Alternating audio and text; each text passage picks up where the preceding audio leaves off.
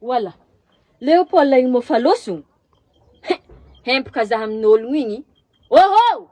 Mona wigny losogno marigny izy tsy mbo mivolagna izy hoe manankory bazary. Ana magnano asa za.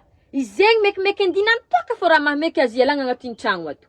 Ambleo izy entsofiky. Izy fô magnano bazary niany tô. Tsisy fodiany hela zany eky.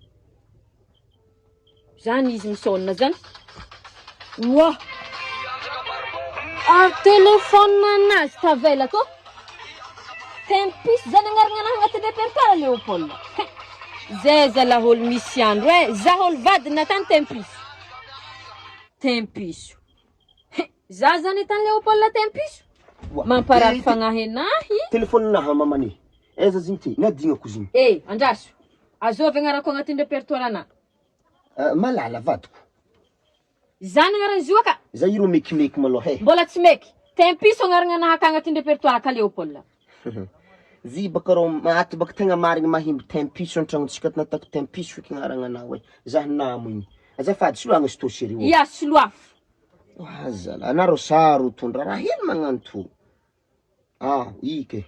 Mbola tanatain dokotro koa za. Tendokotro misy dokotro baka kamitsika kato. Araiky tavela. Atsika isaraka koa mbola zany fô tetendraha zany tanagnarana ana. Zala andra solagna hafa koa. Matale matavitavy I koa. Mbola temben koa Leopold. Za hodegny orogno bagage. Azafady ndaso raha tsisy dikany magnano zany. Tembingy ary ta tenino agnarana ana chérie. Ataovy tendamour le faka. Za ko nivadina we. Zala maty aminate.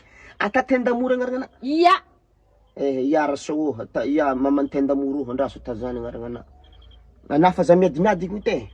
Ia baka soafo. Ndam ndam ndem rabe tempiso wa tendamuru zafady.